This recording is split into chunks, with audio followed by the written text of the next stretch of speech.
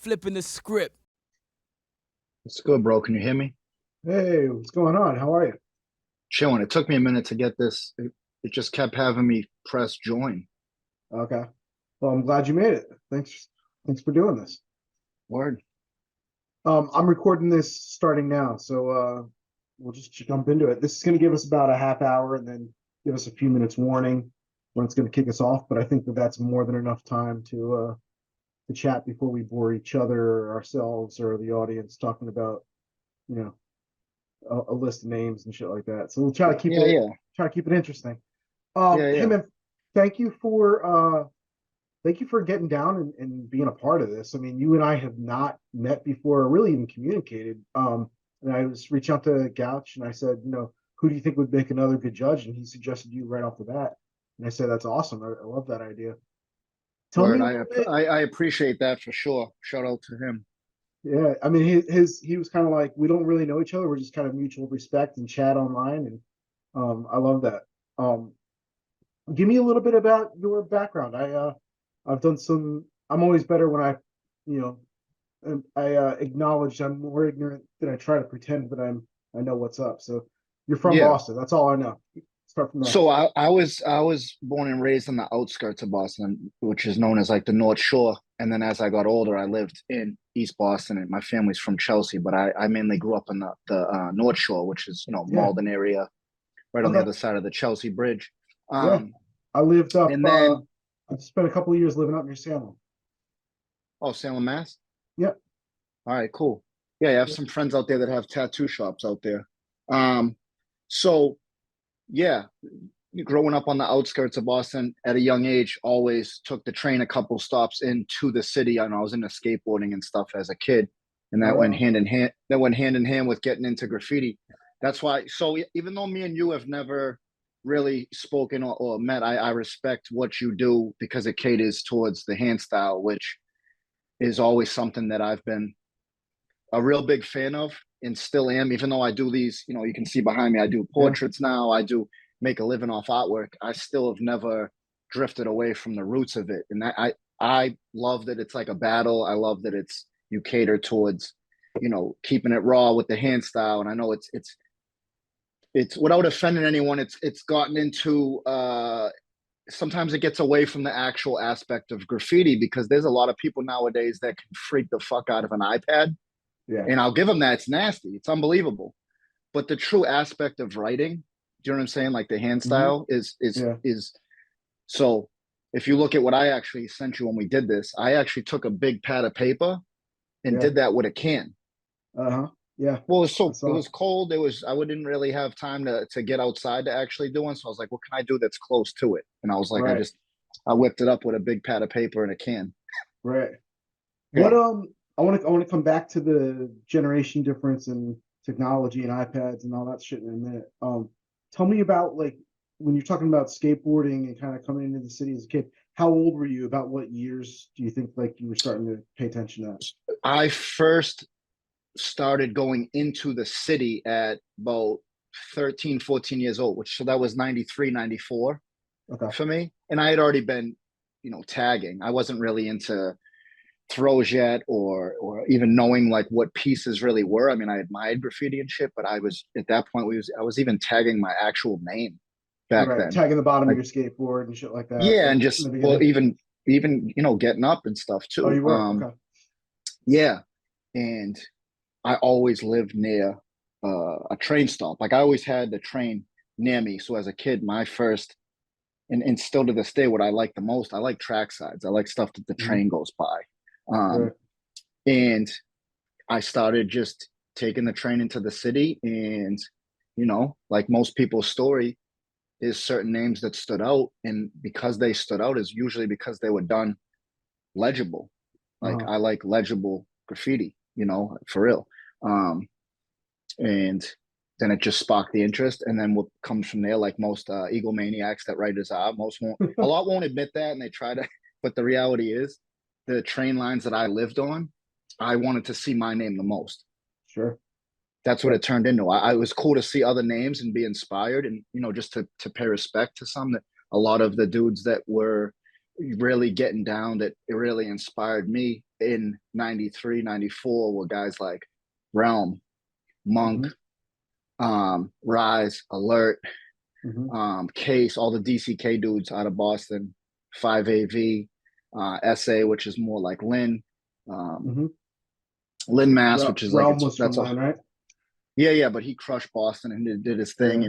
and it's so then I started to paint all that line, which was the orange line. That's not the line that Yeah. I mainly grew up all the way from Oak Grove all the way out to the Charlestown area.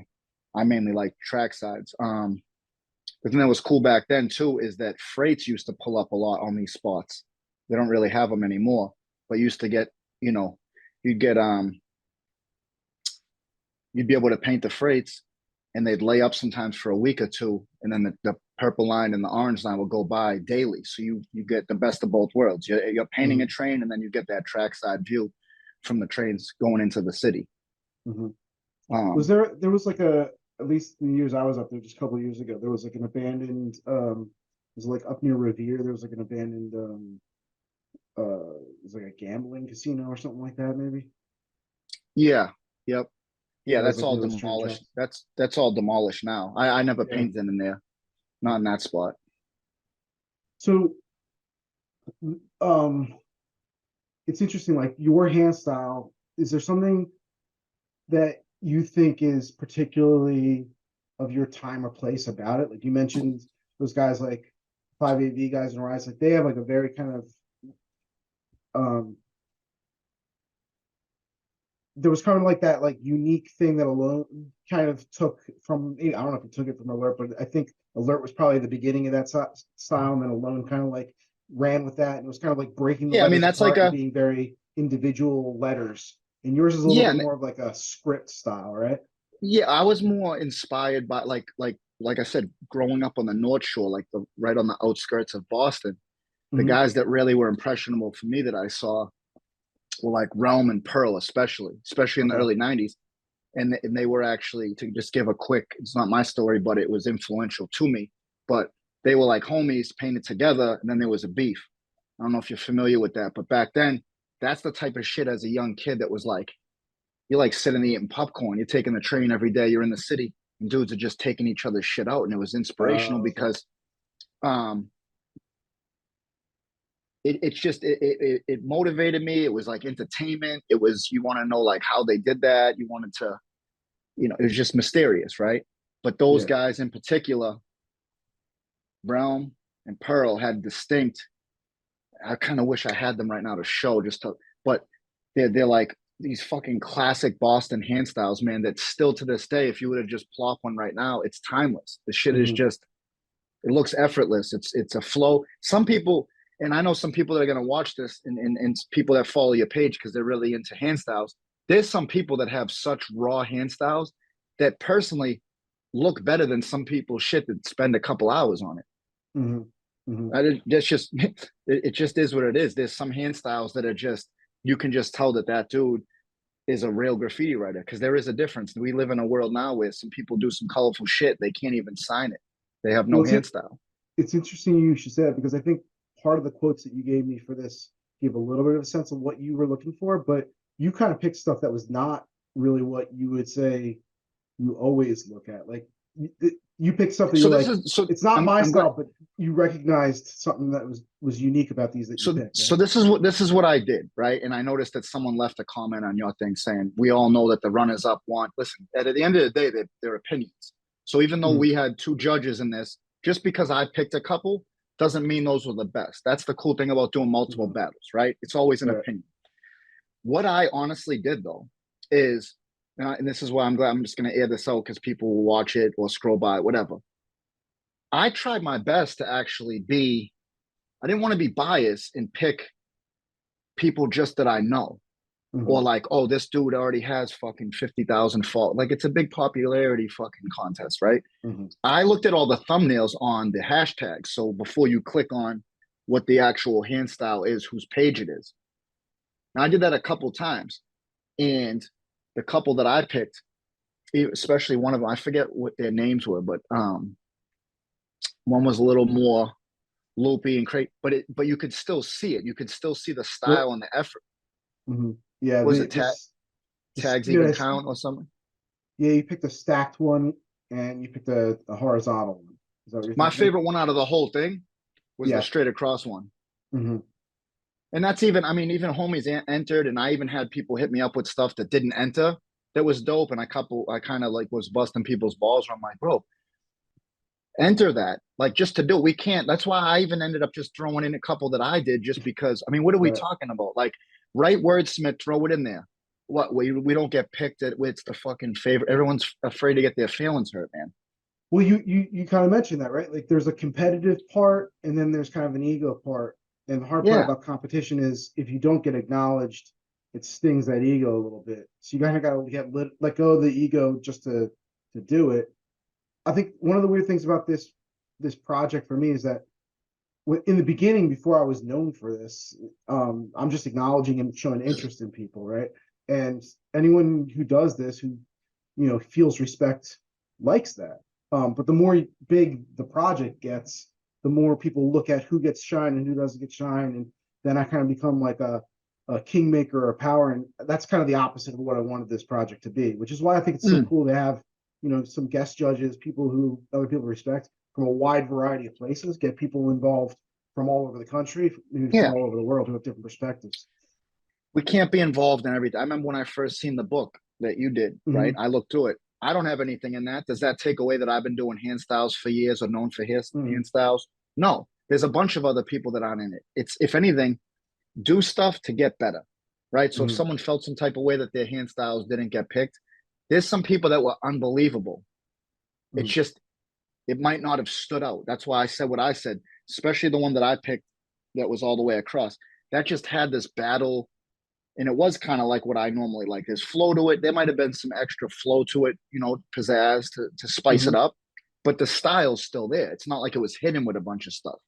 Because I Yeah. have seen a bunch of stuff in the past where it was way more on some like calligraphy. It starts to get away from graffiti. Yeah. Ain't And not nobody, to you ain't out there catching a fucking tag in an alleyway on a dumpster, dude, doing fucking 37 fucking flourishes off the letter, right? That's not, at yeah. least maybe in LA, because they're more known for some stuff, and I still respect that. But as an East Coast writer, I can only speak and say why I picked what I picked. And I literally looked when I was on the hashtag, like I said, you can see what all the hand styles were, but there's just those couple, in my opinion, for some reason, stood out. A big part of that too is when you go to that simple route with black and white, it also jumps out on the thumbnail more than when some people were like using maybe a purple marker or red or right. Mm-hmm. At least that's just my take on why I picked Yeah. those two. Yeah. It's true. You're looking at it through the vehicle of your phone. So it's different than seeing it. Even what you said about doing it in spray paint. When you did it in spray paint, it was this big, but when I'm looking at it on my phone, it's this big. So it translates differently. Yep. Which is part of the thing that's interesting about just the time and place that we are alive and active and doing this right now, because part of what we tried to do in the book was show, like, Chaz Bajorquez talked about how early cholo prints, he said there are tags in, the LA River that's literally just someone got tar on a stick on a hot day that kind of came out of the cracks and the crevices and kind of like drizzled it. And it's like that form comes from the tools. And, Mm-hmm.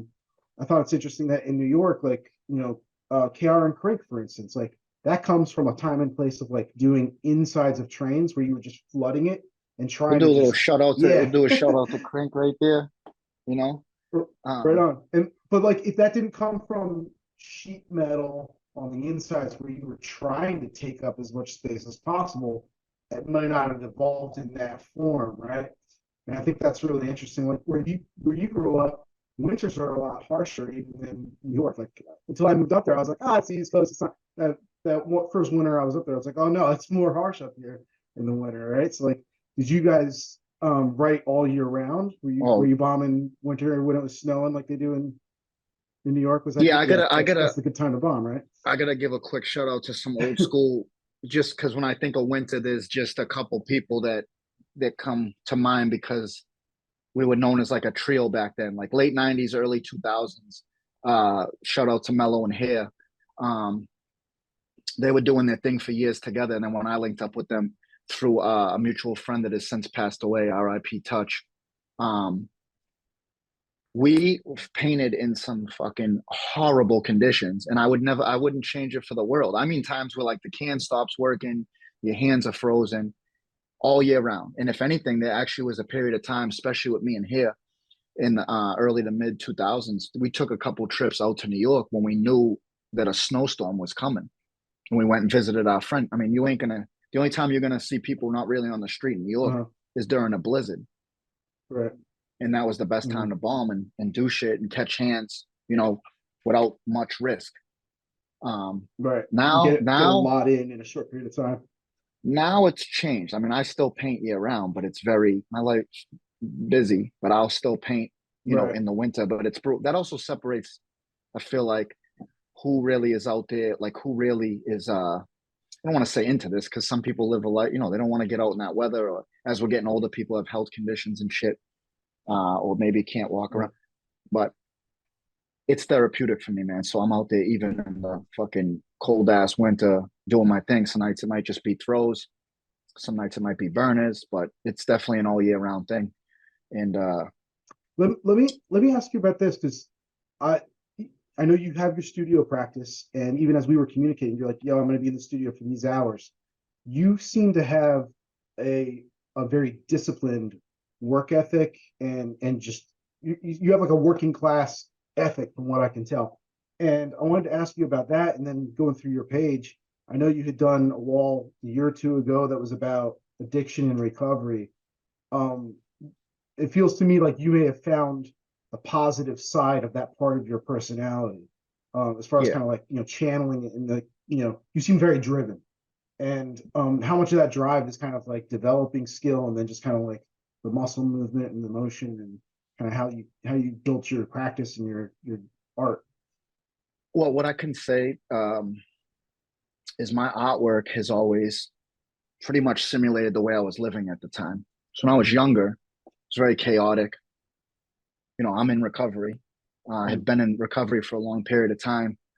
Had a slip up years ago and been now back for going on 7 years. Um, so the beginning stages of wilding out and graffiti and drugs and just friends dying and just violence and all negativity, right? That mm, passion for graffiti, that's never left me. But over the years, as I started to grow up, so to speak, and change that side of things, right, and get more into recovery, um, that is when the switch in perspective of passion for graffiti switched more to you can make a lifestyle out of this in a mm, positive way. Like I actually shout out to Swerve. He's the one that designed this Street Smart hoodie, um, which is a clothing line that I started in 2007. I always had a dream to do something more than just get up, right? But anyone that's a writer, that sometimes it's hard to. I've seen some writers that I admire because they can articulate it and they put it into words, right? Like exactly what it is. I just know that I've been passionate about it, and it's like my first addiction before I ever picked up drugs. mm, Somewhere along the line, as I got older, I realized the discipline. Like I'm up every day, most days, 6 a.m. mm, I have my morning routine. I read, I do some things. I have the same breakfast almost every day, and I'm in the gym most days. And now I actually work in the treatment field. So I help addicts. I right. help people getting in and out of jail. It's a revolving door. We help them get off the street. Um, what it is that helped the most was finding purpose. Mm, So when you say that I have like a work ethic, right? Because that shit saves my life. I yeah. don't always want to go to the gym, but I do because I like the results and it helps me. It's nice to look good. And as you get older, you want to be like physically fit, right? But Mm, sometimes you wake up and it's dark, right? Like in the world we're dealing with now, there's a lot of people dealing with mental health. And you got famous celebrities offing themselves, bro, where when the yeah. smaller people in the world, right, that might not be as successful, you look at someone with property, prestige, great family, all this shit, right? But they're ending it. So Mm, what is truly important for me? It's how the fuck you communicate with yourself up here, because then it's going to reflect how you share yourself with others, right? mm, Now, the type of stuff to give you like that's a piece I'm working on now that I put up, right? mm, At one point, that was just something I said I could never paint like mm, that, right? Could never paint, and I was right because that's how I kept talking. I can't paint like that. I can't do realism. I can't airbrush because your narrative, how you talk to yourself, you'll eventually convince yourself of that. And I flipped that and started like, no, I'm gonna go for everything I want. I want to do street smart. I want to paint. I want to do this. Have a family. Be positive, right? Um, and I found that through discipline Hmm. because the motivation isn't always there. Maybe you can relate with that. You might not always be motivated to do what it is that you actually enjoy, right? Yeah. The motivation's not always there, and that's where discipline had to kick in, where you get the mental reps, right? Because I suffer from stuff that can still tell me, "Oh, you're a piece of shit," or this, that, and the other. But positive forward action has always got me towards other positive thinking. If that makes Yeah. sense.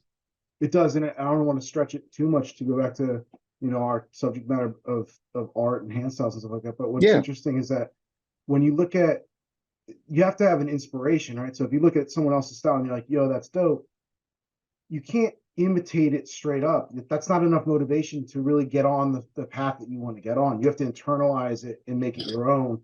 And it's interesting to me that you were able to find that discipline, because for some people, graph and getting high or drugs or whatever it is, they're combined. It's the same lifestyle, so it can kind of be a trigger. So for some people, they have to like completely get out of that life altogether. For you, you it seemed that you were able to kind of use that in a way to pivot out, but keep with the art at the same time, which I think yeah. is Well, and I good for also you. went That's to great. I went to a route too where I could manifest like positive affirmations, right? Like when you wake up, I read positive stuff. I have certain people I communicate with as early as 5:36 in the morning, right? Mm, But I've learned how to do that with art. That's why, like, serious shout out to my brother Swerve. Like that, that's my partner in crime. Like we've been painting together for years. We're part of the DBM crew, but we've kind of branched off. We That's who we mainly paint with, is with each other, and we also Street Smart has turned more into a company where we do murals. And where I'm going with that is that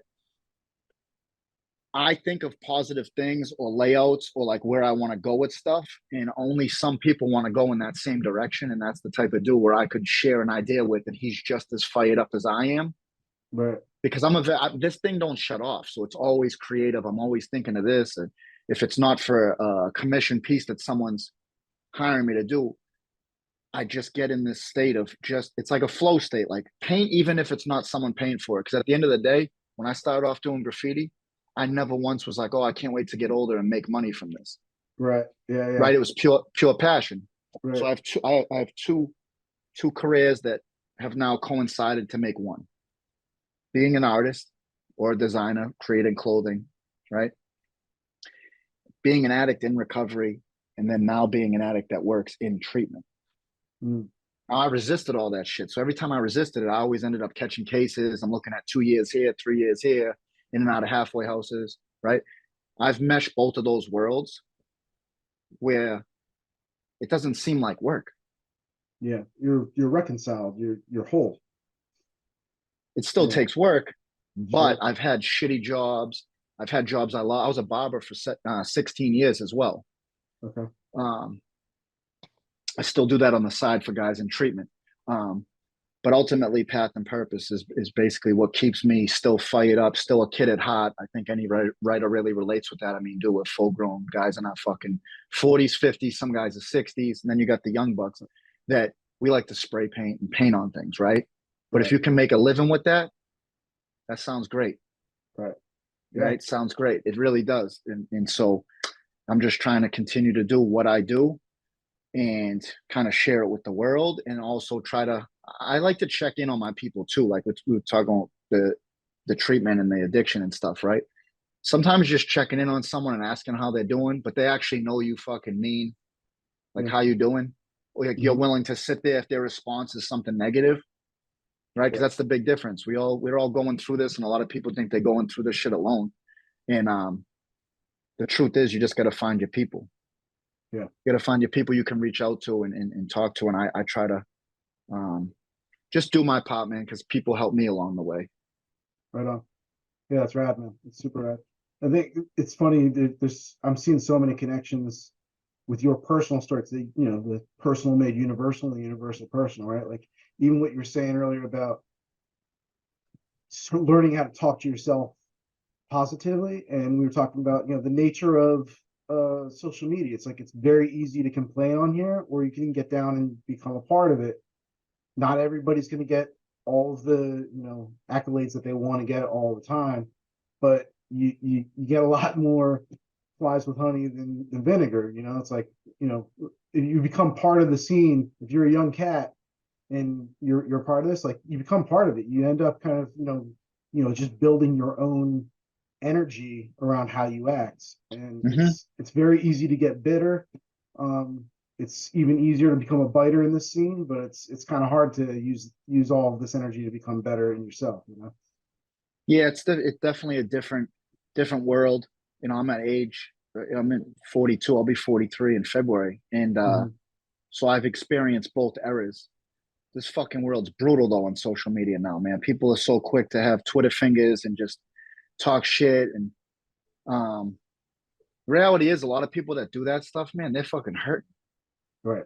They're Yeah. hurting, man. It's so much easier to just talk shit. People just they don't have it in them to just compliment someone or just like you said, show your accolades. Like, dude, we all started off as toys. I hate to break it, even though some writers that are king shit, they don't think so. You were a fucking toy, man. People with toys. I was a toy. Um, and that's part of the progression as not even just a writer, as a fucking person. I mean, think back right now, we could probably shoot the shit on a bunch of stuff we've learned along the way, and it makes you better in this present moment now, right? Yeah. Well, the same goes for Yeah. writing, Sure. right? And Yeah. it's a very watered down world, and I fall into it sometimes. I'll look on certain things and you see, shit talking all in the comments, Yeah. right? Negative stuff. But I try to put out more positive, right? Because you get what you put out, or you get what you Hmm. put into it. That's my philosophy with recovery. People taught me that, and I try to pay it forward, right? And I try to,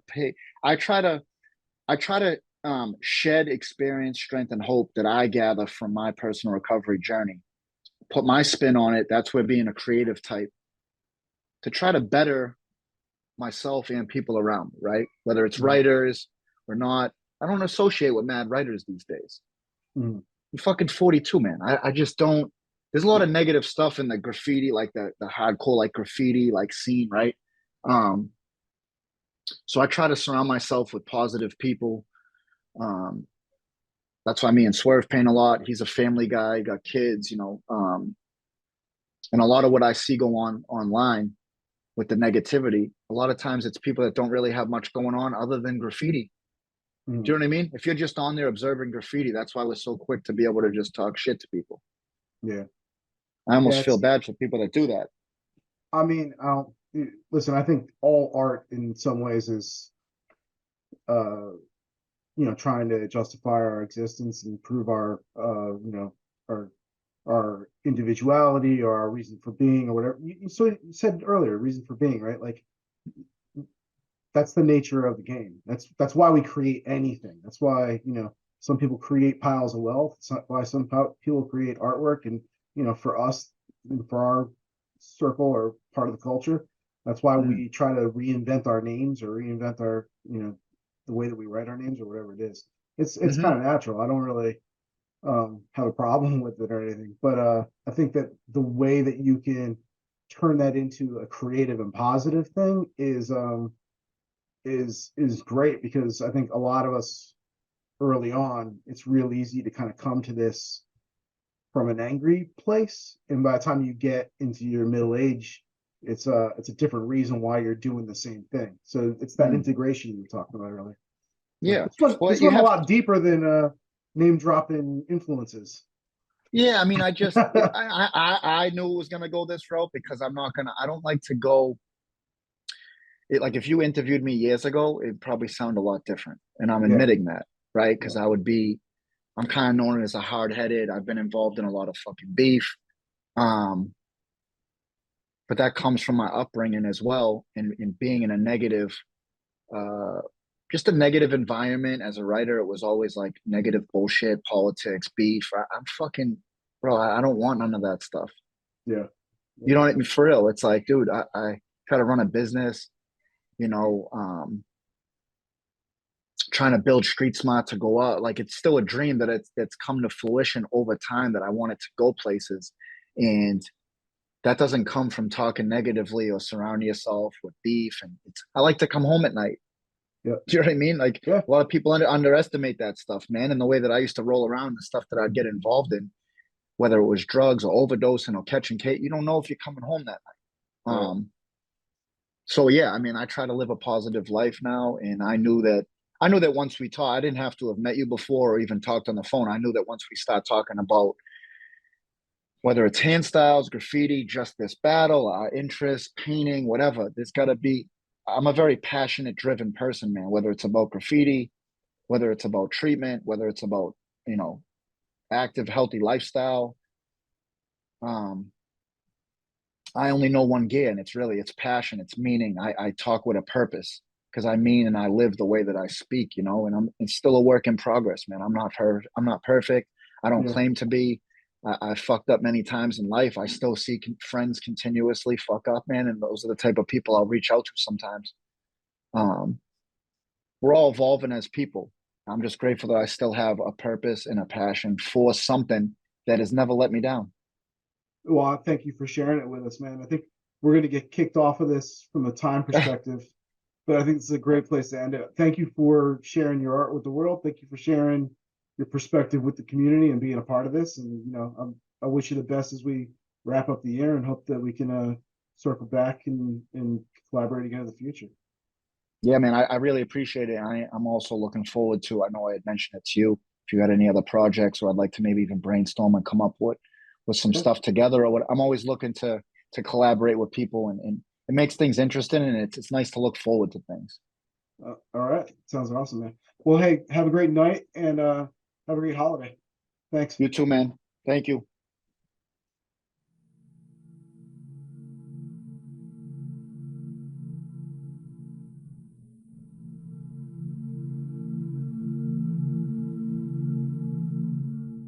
Flipping the script.